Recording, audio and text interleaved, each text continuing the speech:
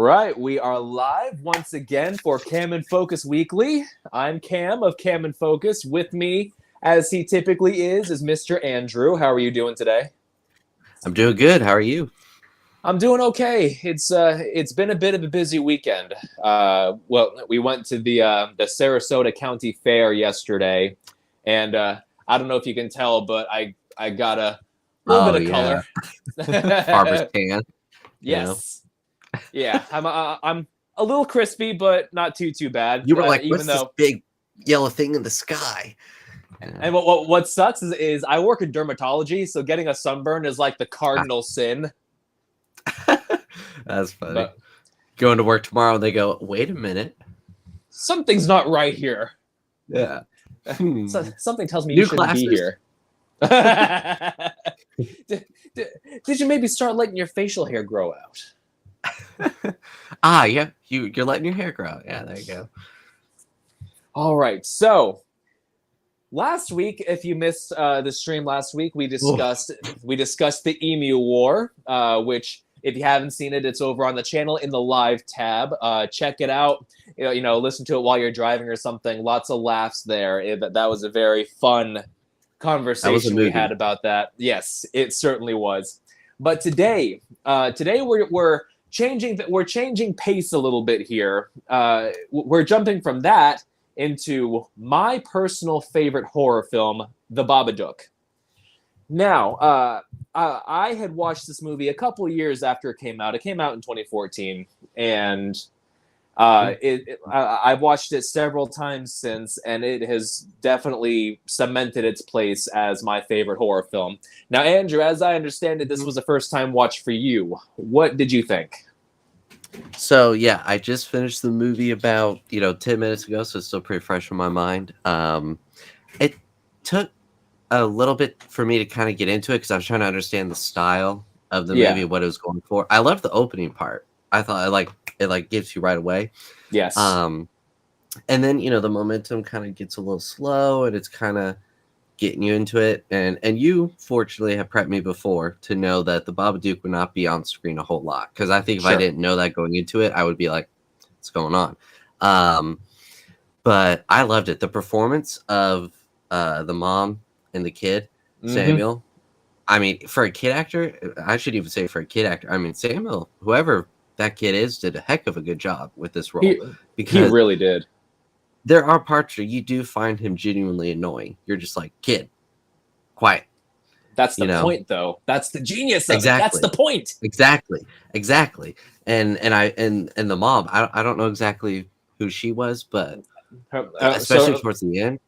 Yeah, her name's Essie Davis, and she's a fairly prominent actor over in Australia. But yes, her performance in this movie is just so good. I was personally blown away because I'd say 85-90% of the movie, it's just the mom and the kid, and that also shows you the good directing and filmmaking and writing, that you can have essentially just two characters with the third kind of, the Babadook, I guess, is kind of a main character.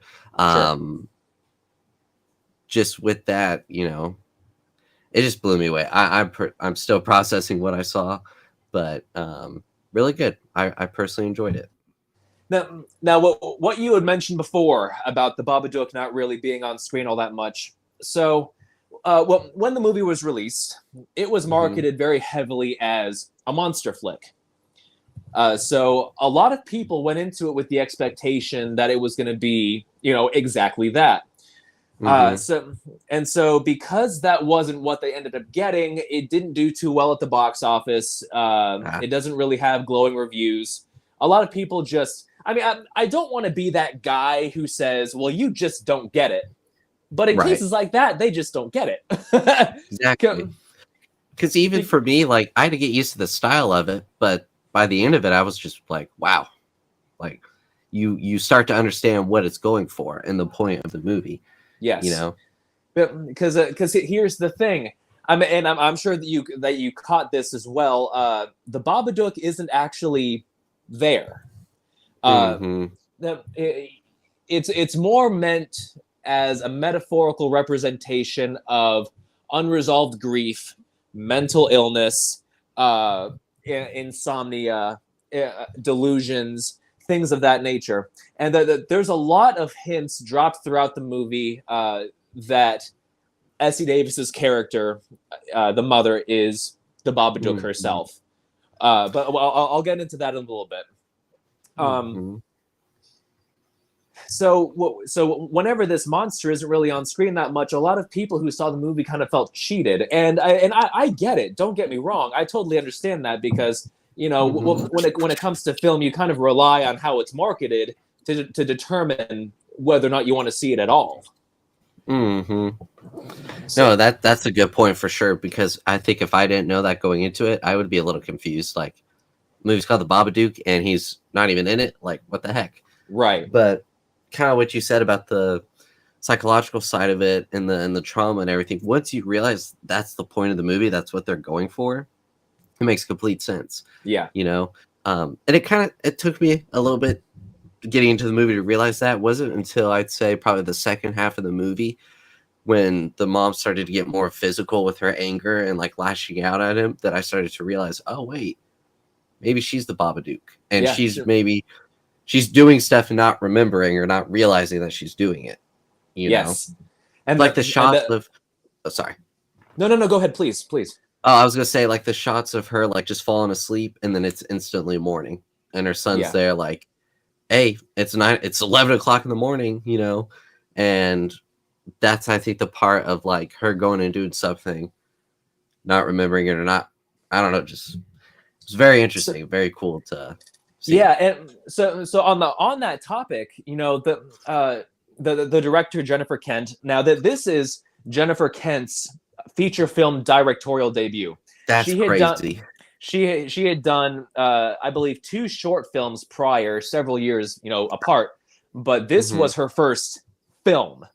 And so she had a very interesting way to show the passage of time in a way that's meant to show that Essie Davis's character just kind of teleports from one moment of time to the next. So about halfway through the movie, whenever she's watching TV and all that creepy imagery starts to appear on screen and she sees the Babadook kind of pop up in a couple of spots, at the end of that sequence, there's that moment where if the sound design, you just hear and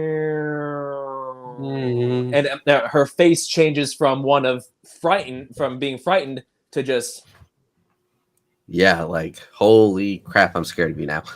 Yeah. And there's so many hints that are dropped that allude to the fact that Essie Davis is the monster herself. And the big one here is one that I didn't even catch until like my 3rd or 4th viewing of the movie. Now, I want to know if you caught this too. So this is kind of a twofold point. The first of which is whenever she and Samuel are at the birthday party, and one of the mothers there says, "Oh, so Claire tells me you're a writer," and she says, "Yeah, I wrote articles for magazines and did some kids stuff." That's the first part. The second part is after she burns the book, she goes to the police station, and there's a quick shot. The cop looks down and there's a quick shot of her hands. Her hands are dirty. Now, on first viewing, I thought, oh, well, she burned the book, so her hands are covered in ash and soot or whatever. No, her hands are covered in graphite.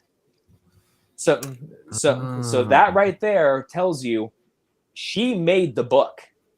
She just doesn't remember. She's so delusional and so mentally just not there that she doesn't remember putting the book back together, making it in the first place. Her hands are covered in what she used to make the images in that book. Well, it's kind of like when Samuel picks it out and she goes, "Where'd you get the book?" And he goes, "On the shelf." And it's like, well, yeah. Like, we're, but that's also interesting too, because you think about the scene where she's coming down from downstairs and there's a knock on the door. She opens it, doesn't see anyone, shuts it, walks away. A louder knock, like almost like banging. Yeah. Opens it, looks down, and there's the book. And so she's like playing herself, and that's part of the almost like two personalities essentially is what she has. And Sorry, that was No, pretty go much it. ahead. Well, Well, it's just interesting. Yeah. yeah, and the movie does a lot to show you that she is an insomniac. So Hmm. she says herself she hasn't slept in weeks, and so that I mean that with the grief and the stress of dealing with an unruly child, I mean all these things compound together, and it paints a picture of a woman who's in so much distress, and to the point where she does start to disassociate these things. And so it's interesting watching her character unfold, because it's almost like the first half of the movie you see it from her perspective. That her Hmm. kid is driving her crazy, she doesn't know what to do. I mean, her kid is just out of control. But then when it hits that second half of the movie, then the layers are kind of peeled away and you start to see how she actually is towards him. And so Yeah. it's a really interesting, like, kind of deconstruction of character there. Well, and part of that too. Once she puts the book back together and she gets it the second time and she's flipping towards the end, it shows how she kills the dog and how she kills her son, and she does that. Towards the end of the movie, obviously she doesn't. I guess because of the end scene, even though we see her do those actions, I guess she doesn't really kill the dog, or she doesn't really kill her son through the. She starts to do it, but she lets him go before she kills him. But I guess she didn't. Well, she Yeah. I do believe she killed the dog, Okay. Yeah. because Samuel came downstairs and saw the dog's Hmm. dead body there. Okay. Yeah. But she she she did want to kill him, and now I'll tell Hmm. you that she feels, and she admits herself, she feels so much resentment towards her son for surviving when her husband didn't. And so she harbors these thoughts in the back of her head of killing her own son, which is why she made that book in the first place, as kind of Hmm. an outlet for that impulse. And then as things just got worse and worse and worse, those evil impulses kind of came to the surface and created the monster as she is there. Hmm. Well, and it's interesting too, especially at the I don't mean to jump too far ahead, but at the ending of the Yeah. movie, um, so I get who is she feeding then at that point? Because So so she is feeding, the Babadook. hmm. So but the story as a whole is a Hmm. metaphor for grief and whatnot. Okay, that's right. So I see. Okay. so yes, in a cinematic sense, she Hmm. is feeding Oh, this okay. monster, but in Hmm. a narrative and story sense, the her feeding the monster and living with it is Hmm. her learning to live with her grief, learning to Oh, live okay. with learning to live with her past trauma. And Hmm. the story as a whole is essentially one about personal healing. Now, granted, Hmm. it takes those dark twists and turns and whatnot, Yeah. but at its core, this is a story about a woman who's trying to heal. Hmm. Okay, that makes more sense because um, I caught on to the metaphor of it, but I was like, wait a minute, Yeah, but that makes yeah, more sense. So yeah. yeah. Now, one thing that I love about this movie is Jennifer Kent's adherence to practical effects, to practicality. Now, Hmm. this was a fairly lower budget movie. I don't recall exactly what the budget was, but it really wasn't very I can much. double check for you. Yeah, it'll probably say on IMDb. Yeah. Um, but everything done in that movie is practical. Hmm. Um, and well, one thing I kind of want to draw attention to. This is another thing that lends credence to the idea that she, is the monster, that she wrote that book and whatnot. Whoa. Um, what's that? The budget is saying estimated 2 million. That is awesome. That is Yeah, legitimately really freaking awesome. and it ended up grossing worldwide 10.6 million Okay, okay. total. So So not too bad. purely in a financial sense, then yes, this movie was definitely a success. But by today's Hmm. standards, 10 million is like, you know, That's a it's TV not. episode budget if you're lucky. Yes. Now, as I was saying before, something else that kind of gives credence to the idea that she's the monster is the scene whenever she sees the Babadook crawling on the ceiling, and then it flips over, holding its hands over its face. If you watch the way it moves like it's right out of a pop-up book. Mm-hmm. So that was very I think that was very deliberate, and and that's the only time you really see it. The other times are like for example, when it opens the door to her bedroom, all you see is like a teeny part of its coat kind of disappearing into the shadows. Or when it's coming down her chimney, all you see is like the fingertips coming down. Like the implication of it being there is so much scarier than actually seeing it. Yeah, I gotta tell you, I don't typically get chills when I watch a horror movie, but this one I was kind of like, whew, like it, especially for a first time viewing, because you don't know how much you're gonna see, so right? Like, and just the psychological side of it, of it's all in her head, all in her and Samuel's head, makes it that much. What and she sees. I just remember when she's flipping through the TV channels and is kind of being distorted, she sees like a news clip of her, and it's talking about like killing the dog and the son, and then you see her smiling from the house window. Oh my! I'm getting chills just thinking about that. I was like, oh my gosh! I was like, how much more intense? I was like checking the Parents Guide on IMDb, severe, moderate. Okay. Yeah. You kind of pound on the wall behind you, Mom. Yeah, I was like Sam. I was like, Mom, Mommy. Whoa. And then your mom kind of pokes her head in the door. Why can't you just be normal? And you sit there. And then take the pill, honey.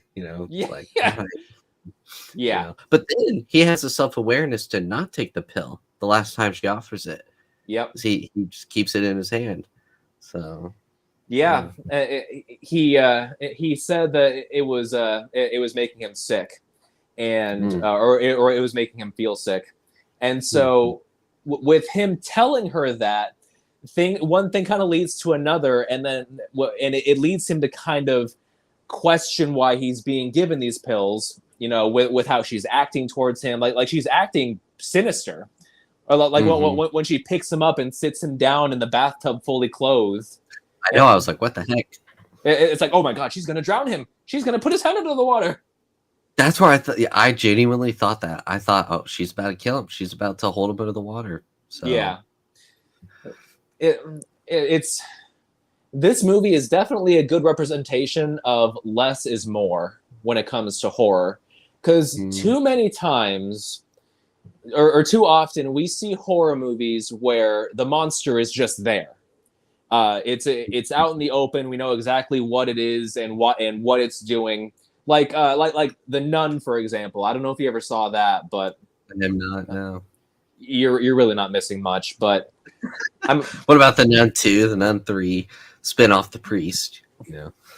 Yeah. Well. That whole Conjuring universe after the first two Conjuring films have been kind of pretty lackluster at best, but with The Nun in particular, once you know exactly what the monster looks like, then what ends up being the quote-unquote horror part of it is how and when it jumps out at the audience.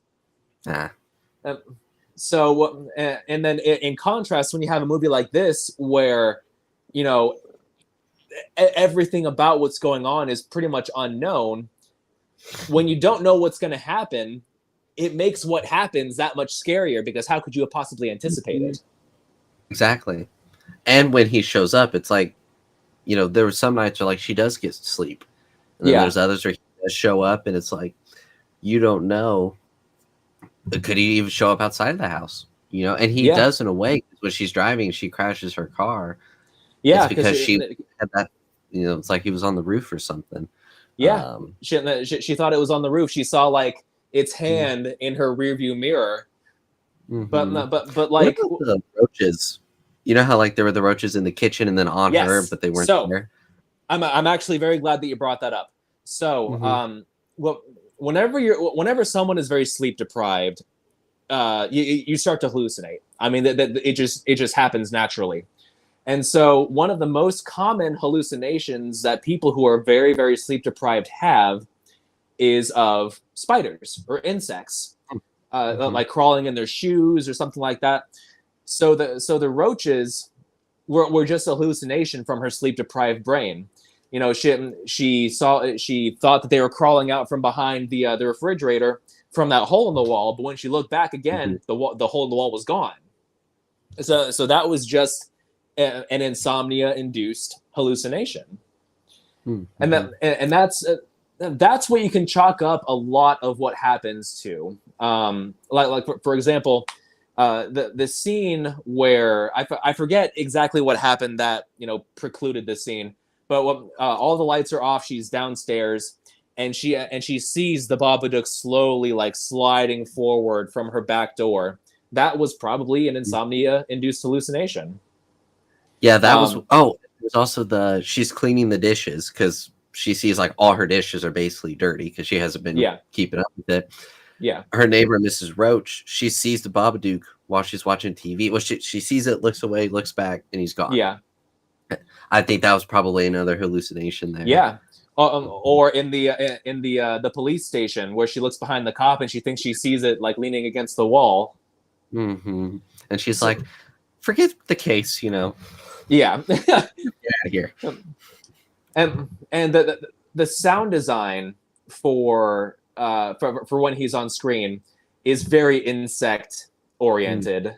Like that scene in particular, as it's sliding forward, you just see his silhouette. It almost sounds like crickets kind of chittering around him. That's interesting. Yeah, I'll have to go back and listen for that. Yeah. Oh yeah. And the way that it just like almost all the sound quiets out. There's no score or anything. It's just the shot of it slowly approaching, and the way that it just kind of floated across the floor. If it so think a few scenes ahead, whenever she has her full mental breakdown and she chases her son. Whenever they're in the master bedroom, if you notice, you'll hear that same cricket kind of sound effect, and she glides towards him. Oh, that's right. Okay. Yeah, I remember that. And he even says, he's like, "You're not my mom." She's like, "What?" Because she even does like the voice. Well, and with the door before she goes in, she's has the Babadook voice of like, "Let me in," the distorted. Yeah. And then to get Samuel to calm down, it switches back to her voice. Yeah. Now, he doesn't let her in, but she was trying to do that to like comfort him and be like, "Oh, you're just hearing stuff." And then she gets up on the door frame, which that must be a pretty wide door frame because I don't know how you grab that. And then just and just kicks smashes the door in. Yeah, it's like, dang, lady. And that whole scene reminded me a lot of Hereditary. Did you ever see Hereditary? I own it, but I haven't seen it yet. You got to. Oh yeah, I forgot you got the 5-piece A24 collection. That's so cool. Definitely watch Hereditary and pay attention to the last or like the big climactic scene.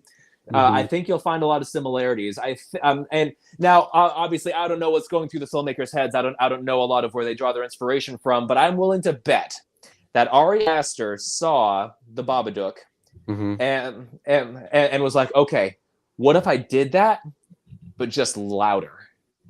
That almost has to be my next watch while the Babadook is fresh on my mind, just so I can compare. Oh yeah, Hereditary is so good. It's it's definitely a lot more in the realm of psychological horror, but it gets into kind of supernatural stuff near the end. But man, what a great movie! I had no idea what to expect going into that. A movie that this kind of reminds me of that I think about it a little bit with the not always seeing the monster or villain on screen. Longlegs, which I know just came out last year. Yeah. For most of the movie, it's a good probably, I don't know, 35, 40 minutes maybe before you actually see you see him in the first scene, but then after that, because I I want to say it's about 35, 40 minutes into the movie before you see him again. But they're trying to figure out, because these murders have happened in these houses, and they know it's him, but there's no physical evidence in the houses that point to it being him. So it's like, how's he doing it while you're seeing it all on screen? And it's kind of makes me think of this, just makes it a little bit freakier when you're not seeing it, because your head, you just imagine.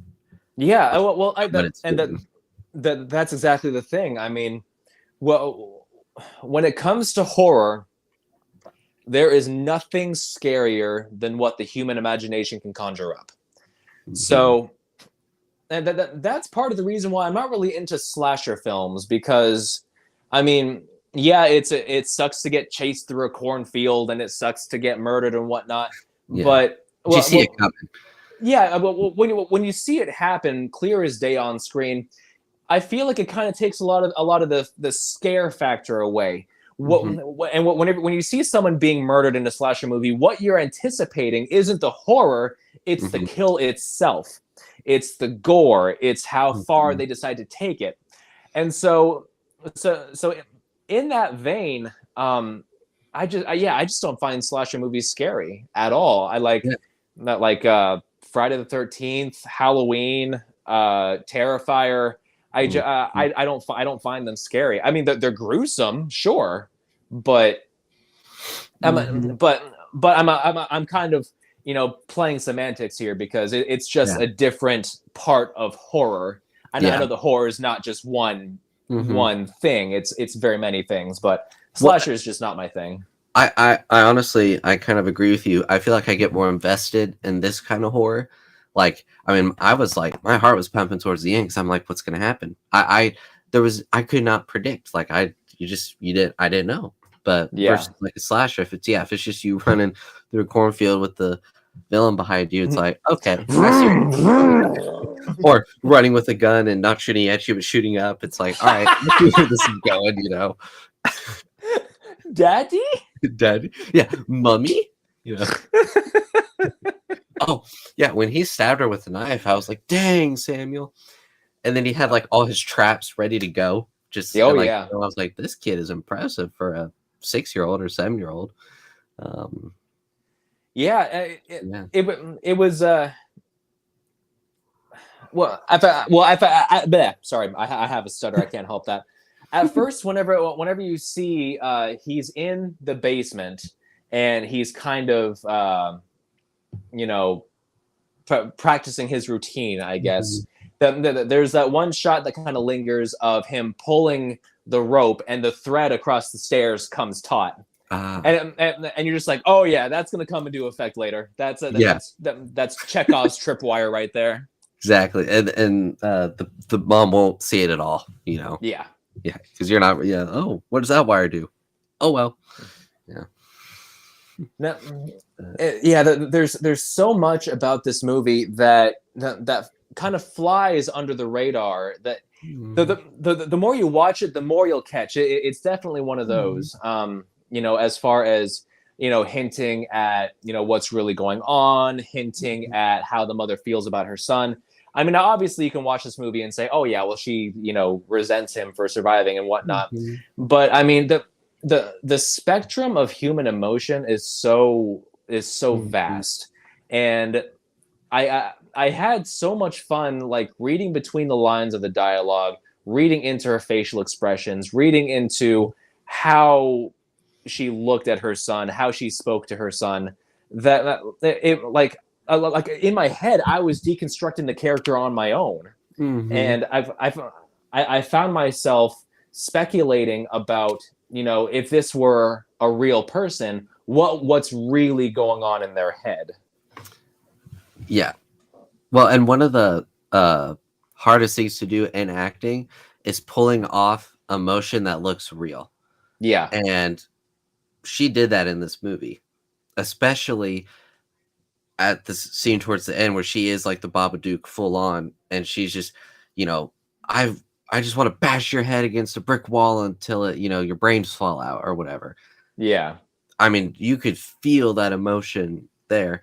And I don't mean to be Captain Obvious here, but the sad thing is there really are cases like that where people lose a spouse and just resent the kid, like it's your fault. And especially in her case, she was pregnant. Yeah. They're going to the hospital for him.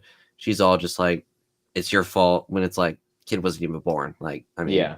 but that's where the human brain, it goes wherever is easiest to blame. And Right. in her life, her kids just is the easiest to blame for that, you know? Yeah. So, She blames all of her problems on him, and mhm. well, when you think about that, I mean, she's likely been doing that for his entire life, so of course he's going to come up with behavioral issues. Exactly. Yeah, he's not just a wild child for the heck of it, or doesn't Yeah. build weapons for the heck of it. He builds it because it makes him feel safe, Yeah. you know? And it was kind of like the birthday party for his cousin, and he's hiding in the treehouse because he's made to feel, other kids make him feel like he's weird, and he's, whatever. So he's just by himself, and she's like, if this is my treehouse, you don't. She's just destroying him. She's like, you don't deserve it, Dad. He died because to get away from you, and just. But the parents don't see that stuff. They just see him go and push her, and she falls out, and they're like, Yeah. and then just get mad at him, and it's like, which I'm not saying you should push someone off of a treehouse, but they're not seeing what led him to that, Yeah. Yeah. Emma, yeah, in addition to all the horrific elements of the movie, this is also equal parts character drama, and I love that. I tell people, when I talk about film, then there's one thing that will always boost a film's rewatchability for me, and that is effective character drama. Movies like Joker, movies like Her, movies like Sicario. I mean, films where characters are pushed to their limits, to their breaking point, and they end up having that emotional breakdown.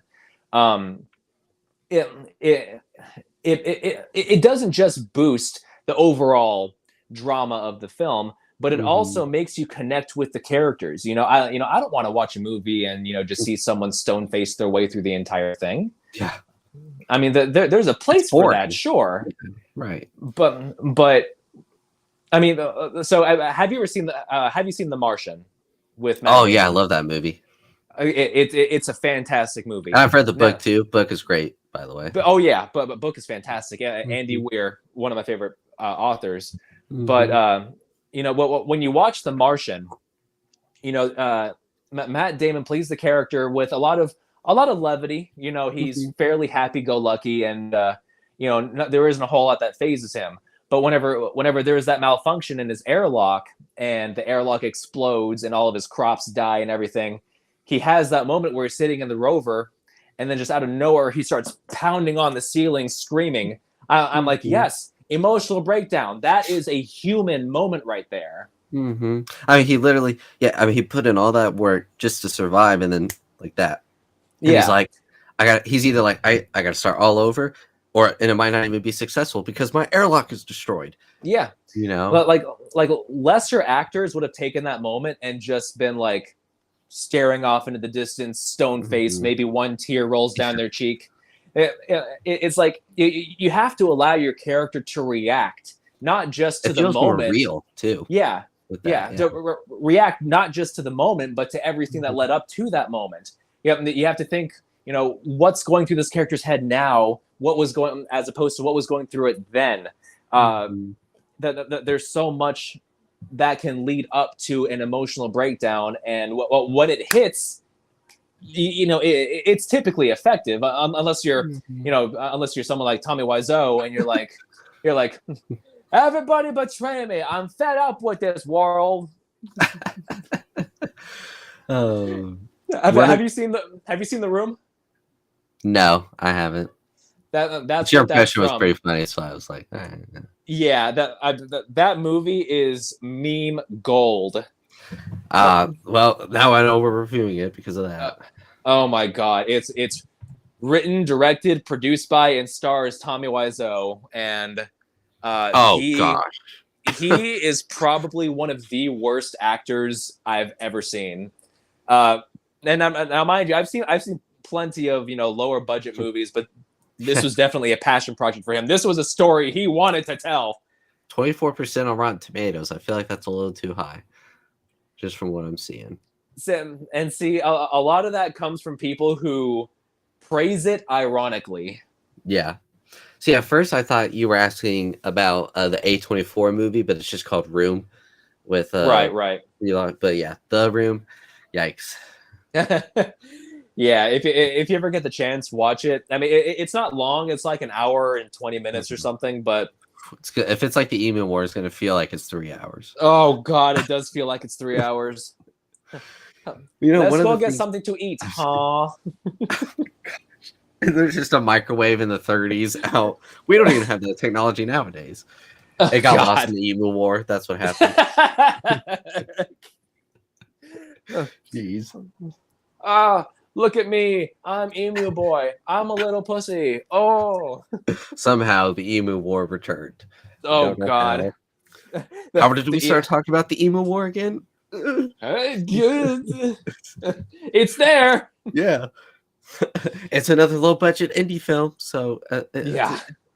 But one of the things that I really liked about this movie that I thought really helped get invested is 90% of the movie, maybe 95%, takes place in their house. There's a few parts where they, she's at work, but there's not a lot of interaction with other people. There's the coworker that briefly stops by. We don't see what happens to him. I guess he just left.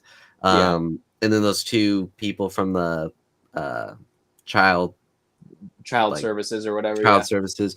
But just having the story take place in the house really helps you get invested. And you start to just kind of lock in and focus into that and almost feel like you're there in a way.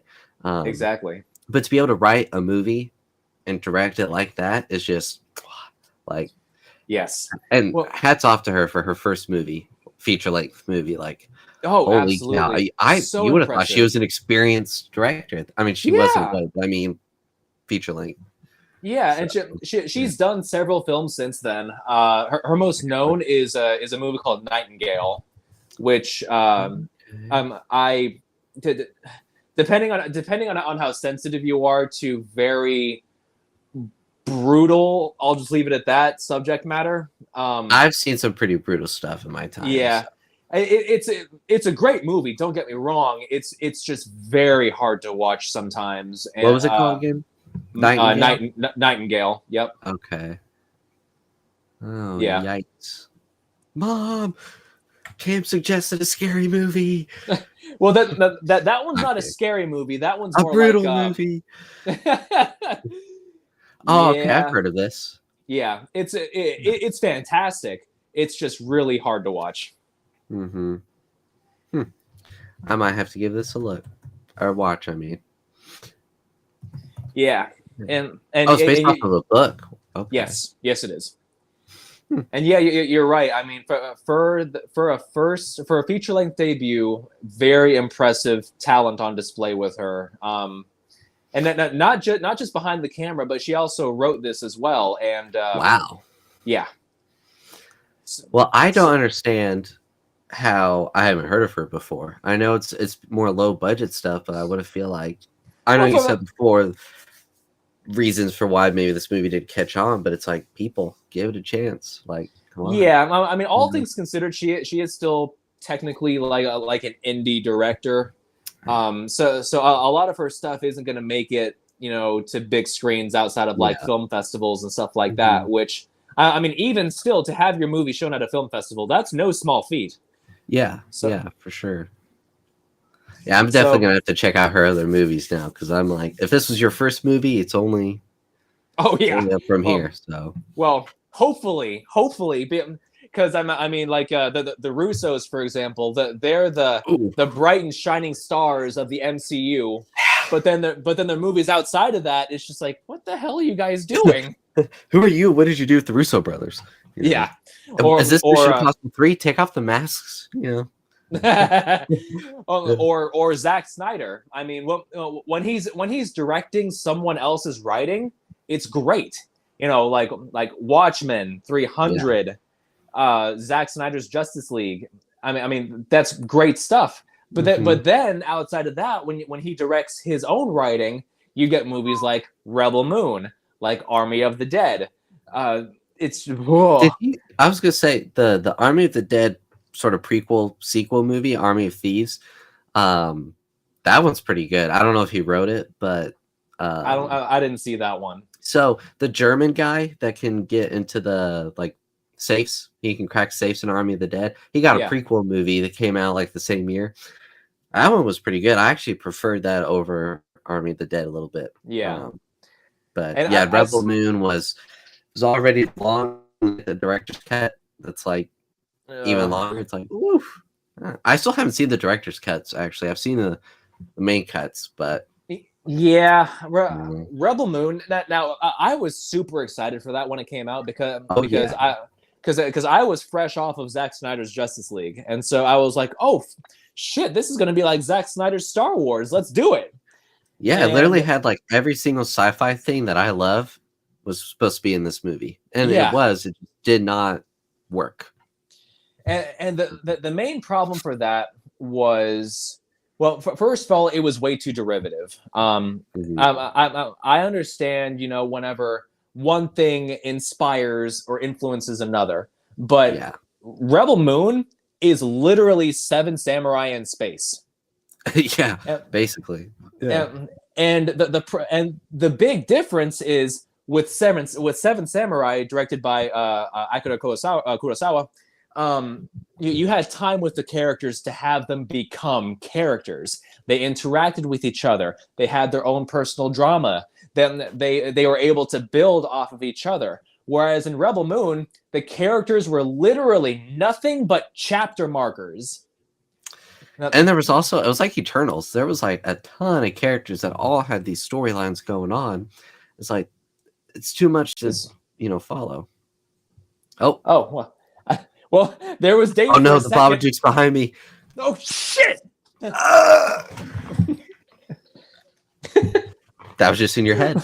I'm normal. Why can't you just be normal? Cam. It was all everything's normal. Well, if I don't know if you could see what I had seen, but I'm on the people tab of the Streamlabs Studio. Oh, okay. And I saw like 3 tabs come up. I'm like, who the hell? And they all said Cam. I was like, okay, well maybe someone's joining late. And I hit it, and it's Dave. I'm like, oh, Dave's here. Yeah, and he just said he forgot we were on and that he was scheduling the show for tomorrow. Oh, gotcha. Okay. that was a little just cameo right there. A cameo. Wait, that only works. I'll have to put in a post-credit scene. Dave will return. Yeah. Dave will return next week when we review whatever that movie was you talked about earlier. That was really bad. The Babadook Part 2, Infinity Dook. Oh gosh. You know what? If this was a studio movie, there 100% would have been a sequel, and it probably would have sucked. Oh yeah, absolutely. Because you would know then what to expect, and it would be like, eh. This summer, the Door Knocker finds coming to a theater near you. From the hit movie, The Babadook Returns. The Babadook and The Babadook Returns. Time magazine calls it the biggest thrill ride of the year. And you're watching that going, Time magazine still the thing? Oh, I guess it is. And then the very end of the trailer, the Babadook slowly turns to the camera. I've been expecting you. It's Dookin' time. But yeah, all the reviews for it are like from outlets you never heard of. It's like, your cousin's mom calls it the best film of the year. Wait, what? Isn't your cousin's mom just your aunt? Oh well. I've never heard of Slasher 2000 magazine. Is that something new? Reddit users are going crazy for this movie. Yeah, all one of them. 30-year-old Chuck in his parents' basement is very excited for this movie. Oh wow! Meanwhile, you check his Reddit post and it's got like 400 downvotes. All the comments are turned against him. How's this guy even still on Reddit? Shut up, Mom! I got to reply to this guy who called me a chode. As he's wiping off Cheeto stains on his shirt. Oh God. I mean, I don't. Reddit. We don't want you to think we don't like you. Oh no, there's we good don't- stuff on there. When you have yeah. a random question or thought from 10 years ago, you look it up on Reddit and someone answered it. Scare of Scuttle. Oh. Oh yeah, I see it. It's right. It's right there. Oh, but I don't see it. Oh, it's my hoodie that's hanging in my closet. And it's staying in my closet. Rebel Moon was basically Yeah, it's like a bunch of deleted scenes. Yeah. Yeah. It looked cool though. I'll give him that. Like it looked. It was well shot. Yeah. Absolutely. I mean, Zack Snyder shoots a very good looking movie. It's just the script and the story was just ugh. Like the scene where she launches into her backstory about how she was the guardian of the princess or whatever she was, super in your face exposition, and then at the end she's just like, I just wanted you to know who I am. It's like, stop that. Stop that. No one talks like that. No. And that's one thing I noticed with this movie, the dialogue is really good. There's not really any lines where, because like if you ever get like with the kid, if you ever are like, oh, he's kind of annoying or whatever, that's the point. If you meet any 6-7-year-old boy, they're going to be like that. And now add on the life he's probably had of hearing like, I resent you, you're the reason your father died. That's why he's a rebel. Yeah. It has those weapons and everything, and so and the script for this movie is absolutely airtight. I mean, nothing comes across as overly expository. The conversations, what few conversations there really are, feel natural. The Samuel feels like a real little kid who talks like a real little kid. So Jennifer Kent really put a lot of care into this script and ensuring that there was no fluff and making the characters feel like real people. Well, when something happens, characters react to it realistically. When there's drama happening, the characters respond realistically. And a lot of why that works so well is, like you had said before, the incredible acting from Essie Davis. I mean, she is remarkable in this movie with how much range she had to portray. And I guarantee you, and again, Captain Obvious here, if this was like a big, well-known movie at the time, I could see some Oscar nominations for her because 100%. She gave, honestly, you could argue an Oscar-winning performance. And now 2014 was a great year, and so she definitely would be up against a lot of great performances. But I was blown away, and I don't know if I've seen her in anything. I'll have to check her IMDb. But I was like, dang, this lady can act. Like, she's got me kind of scared. And I'm like, kind of like Coraline, like the other mother. I'm like, oh yeah. And well, I mean, she has to go from faking being happy for her son to completely breaking down, like she did in the doctor's office, where she was telling him that she hadn't slept in weeks and she was begging for some kind of prescription. Whenever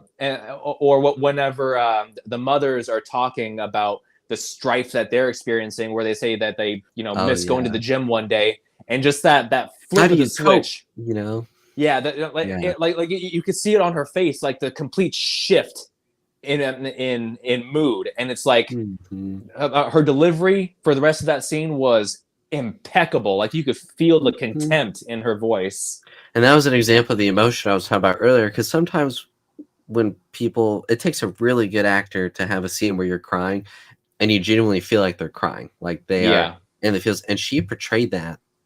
I mean, top notch. Just I was even kind of like, I felt for her. Like you really do feel for her in that moment of just the stress she's going through, and then it just escalates from there. And so something else I do want to give props to is how they used the character of her husband, because obviously he had passed away. So when you see him, he's not really there. It's just another manifestation or projection of her grief. And when he starts saying, "You can give me the boy," or "You can bring me the boy," and his voice just drops down to that low, like demonic, almost growl. And she goes, "You mean Samuel?" And he's like, "The boy." Like he does not refer to him as Sam. Yeah. And there's 2 times where he says, "It looks like it's going to rain," or "I think it's going to rain." Yeah. I mean, if you look at that scene kind of isolated, it just feels like a line, meant to like, portray some kind of mood or something. But no, that's what he said to her before they left to go to the hospital. And so that's like the last thing she remembers of him. Yeah, it definitely, and then have his head get sliced off by whatever that was. Yeah, that was gnarly. I mean, PG-13, they didn't show any gore or anything like that, but just the fact that you see it happen like that was crazy. So, what did you think? I know I briefly mentioned it. I know we're going way back to the beginning. Sure. When you first watched this movie, what did you think of the opening shots of the car flipping? And man, that. So okay, so there are a lot of really modern ways to go about that. I think that they legitimately had her in some kind of rig that was spinning, because you could see her body shift with the momentum, and it makes sense with the practical. Yeah, and when you could see that she was upside down, you would see her plant her hand on the roof. I mean, it was such a great shot just to pull you into the mood of the movie, and then really hits you like and it transitions from that to that almost dreamlike shot of where she's slowly descending down onto the bed. And I was going to ask you about that because I just realized this, and again, probably like you should have already realized that, because that happens a couple times throughout the movie where it's like, yes. So could that be the times where she's doing the Babadook sort of side of things, like she doesn't remember it, and then because it's like it's instantly morning, like she lands on the bed and it's like morning, so that could be like that is very plausible. Yeah, that's a good observation. I hadn't really thought of that. You could be absolutely right. Because there's such a disassociation from her. She jumps from time and place to time and place, and a lot of what goes on are things that she does at night because she can't sleep, and so. I could absolutely see that being the case. I just was curious because it happens like 3 or 4 times throughout the movie, and I was like, it's got to play a part somewhere. They wouldn't just do that randomly. And it could be completely something else either that I'm just not catching at the moment. But that was just kind of my first thought. Yeah. Well, on the topic of really good shots in the movie, I'm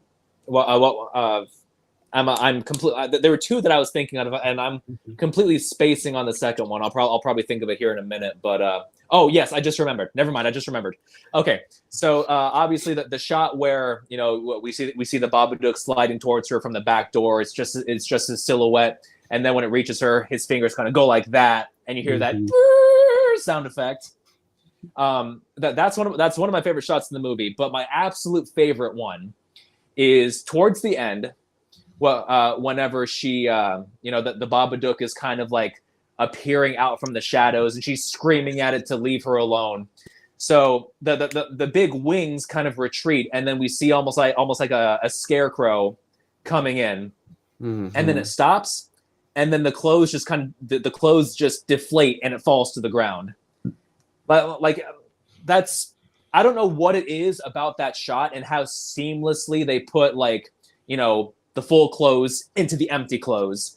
But that was just such a cool moment. Oh yeah, I would have loved to. I gotta get the Blu-ray so I can see the behind the scenes of how this was filmed, because there's a lot of shots where it's like, it's really cool. How'd you pull that off? I need to know your secrets. Is the Babadook real? I won't know until I watch that. Right.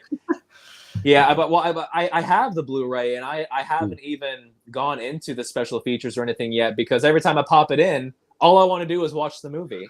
Yeah. Well, and on the topic of favorite shots, because that one that you just said is one of my favorites, but the one where she goes upstairs into, I think, her room, and the Babadook, the hat drops from the chimney, and it's coming down with its fingers, and she just falls to the ground. She's just so scared. She's so weak, and you see the shot of the door with the chair, and she's trying to crawl towards it, but it's like it just keeps getting further away. Yeah. That really like got me in the feel of the movie of like she can't move. She is so scared. She can't, and the door. It's just like, I don't know. There's just something about it that was just really cool. I mean, it's something that you don't really have to read too much into, Well, I mean, what you've described is a perfectly adequate explanation for the meaning behind that shot, and a lot of shots in this movie that they don't have to be super deep. They don't have to represent something super crazy. It's the atmosphere of the movie that really just sucks you in. Mm-hmm. It's probably my favorite part, to be honest, was how invested I found myself at the end, and I was like, oh, it's over. Damn. I want more. It's like, I want more, but I know I shouldn't. Yeah, I know. Yeah.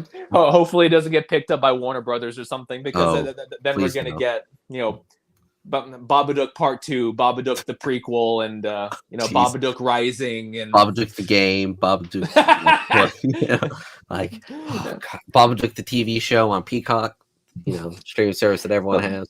I'm imagining like one of those light arcade games, like House of the Dead or something, where you have the actual game itself, and then you have the gun that you hold and you point at the screen and shoot. Yeah. I'm imagining a Babadook style game where you're doing that, and it's just like really pixelated Babadooks just like popping up behind barrels, and just or like whack a Babadook, so like pops up. Wackadook, so it's like pops up, Don't say wackadook too fast, because it might come off as something racist.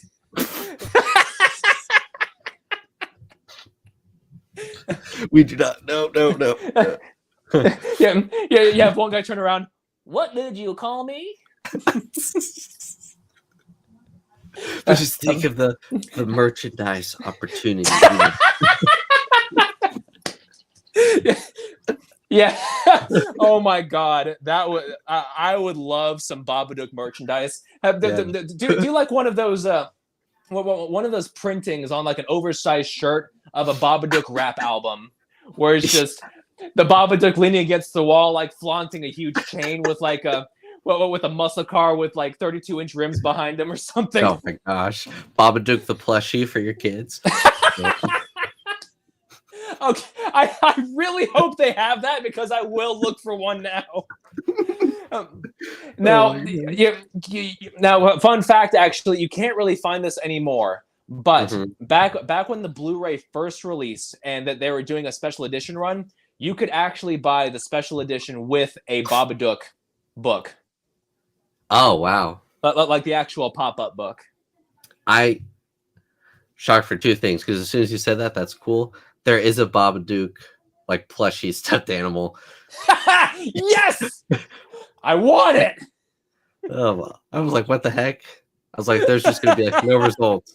It's like, oh wow. Oh, you can get the pop-up book for $130 on Etsy. Oh, there you go.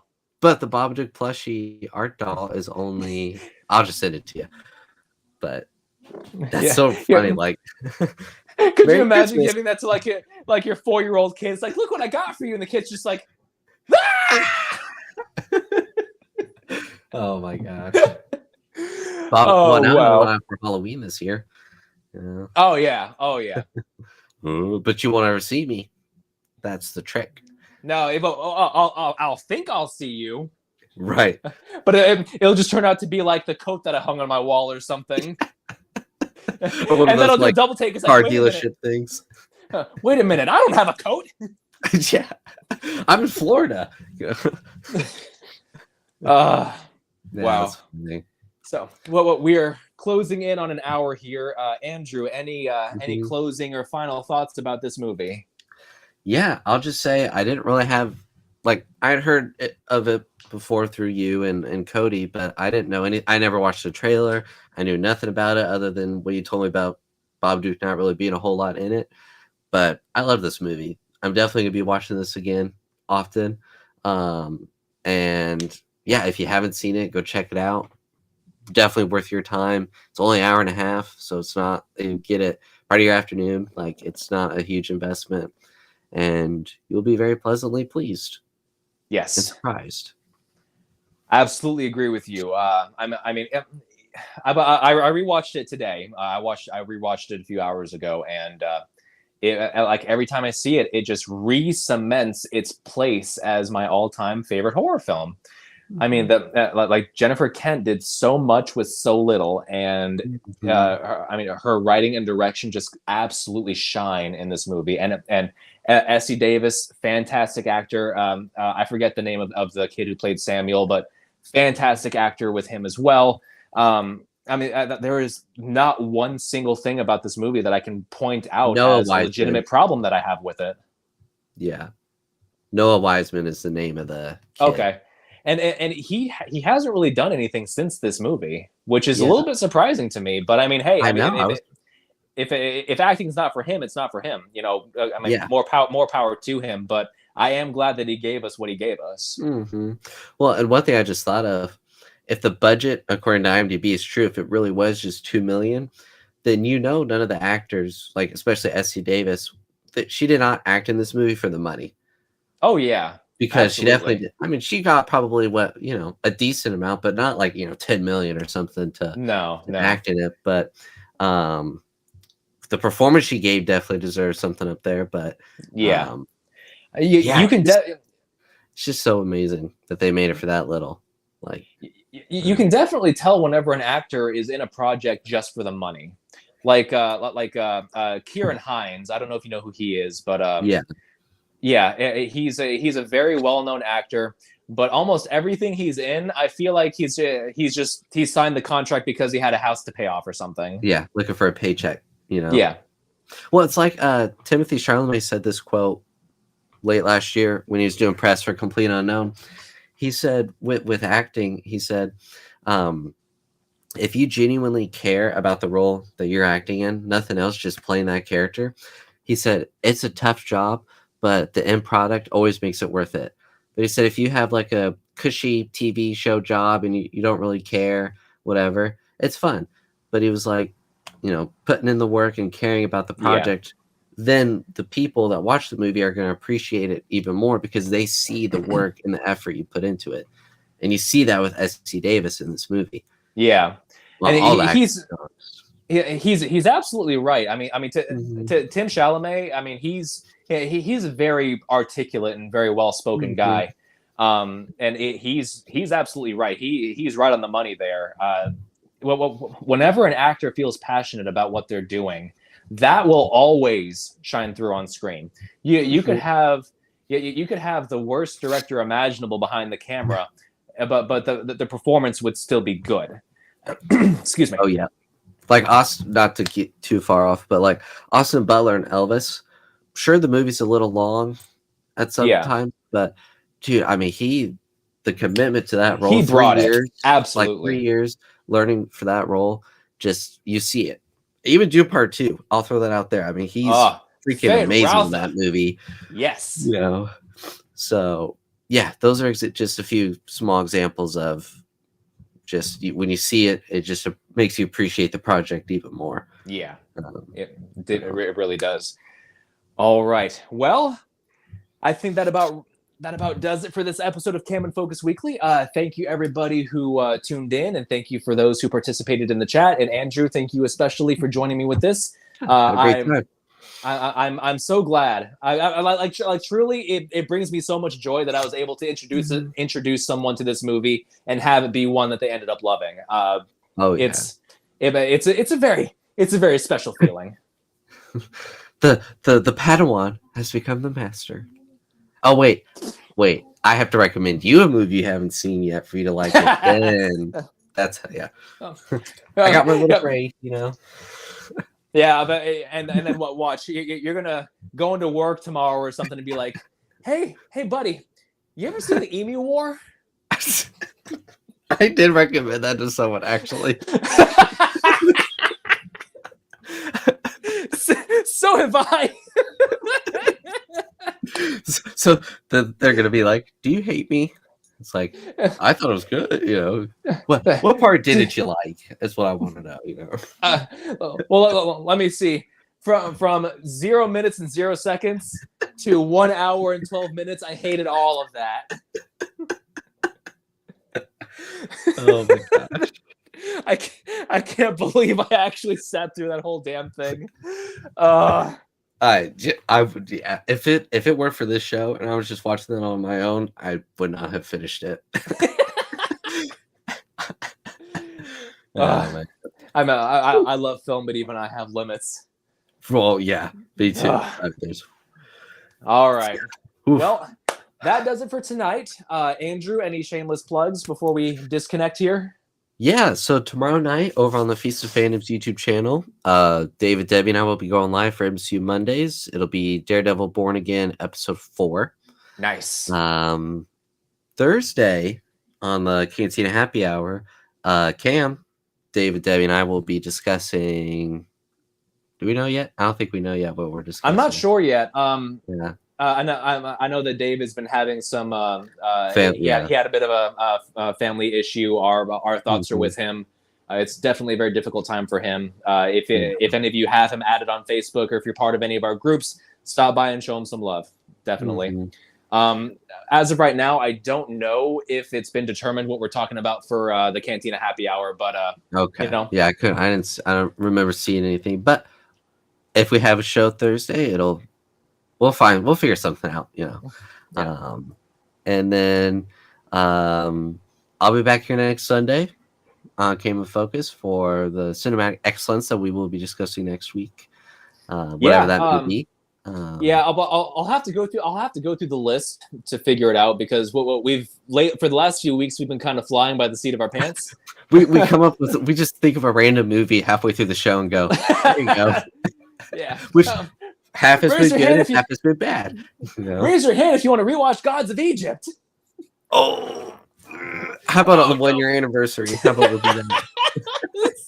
Actually, I got it over here. Oh. There we go. Don't do it. Don't do it. No!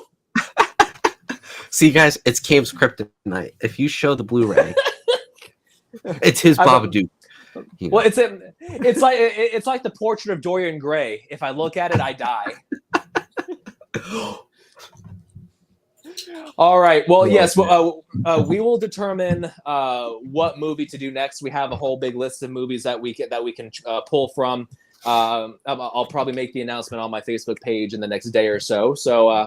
And like Andrew said, I will also be there on Thursday for Cantina Happy Hour, and otherwise we'll be back for Cam and Focus Weekly next Sunday at 9 p.m. Eastern Standard. So like and subscribe to my channel.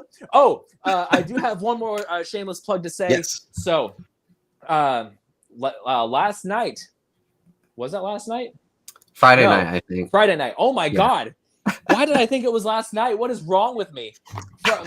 Friday night, I went out and I saw Ash, which is a new cosmic horror directed by Flying Lotus.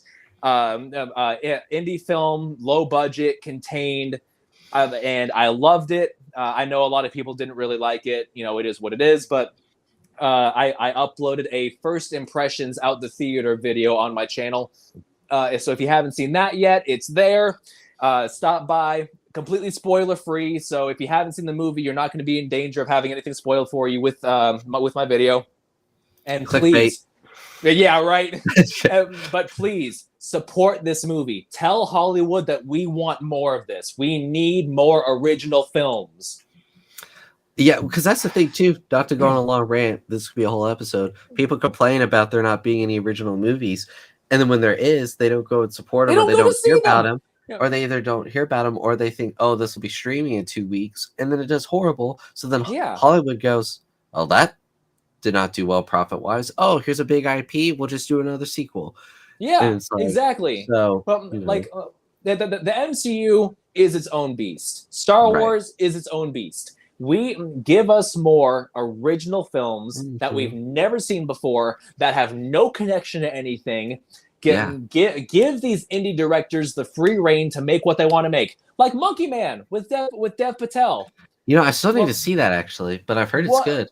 what a great movie! Written by him, directed by Oh. him, stars him. He does most of his own stunts for it. I mean, it's a really concise and well told story. Like we need more. Hollywood, come I on. know. That's the funny thing. But also too, then movies don't last in theaters as long as they used to. Because They don't. I mean, it used to be whether it was unless it was doing just horrible, it'd be 2, 3, maybe even 4 months if it was good. Sometimes even 5 months. And there would be another 3 or 4 before it was on DVD or Blu-ray. Yeah.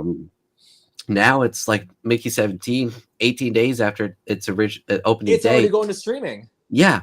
And so for a casual that's- movie fan, it's like, why go to the theater when I can just spend the $20 at home and watch it, here? And Yeah. that is Bong Joon-ho. That is the director of Yeah. Parasite. That is the director of Snowpiercer. This is a Korean director who knows how to make great films, and no one's going to see them now, even though Exactly. Parasite won Best Film in 2019. Yeah. How do they expect the movie to make any money if they pull it? Or I mean, not pull it, but make it available to watch at home. It's like it's not where the money is. So that's a whole other episode. We can do we'll probably, if you as the audience weren't aware, we're doing like 3 weekly films, and then the 4th episode in the month is a topic themed kind of movie. Topic or so theme, so yeah, we could probably have that be our next topic, is why are original films failing? That would be a good episode. Mm-hmm. Anyways, thank you everybody again for joining us. That'll do it for this episode of Cam and Focus Weekly. Like and subscribe to the channel. I hate saying that. Watch more movies. Yeah, watch more movies, damn it. We'll see you guys next week. Have a good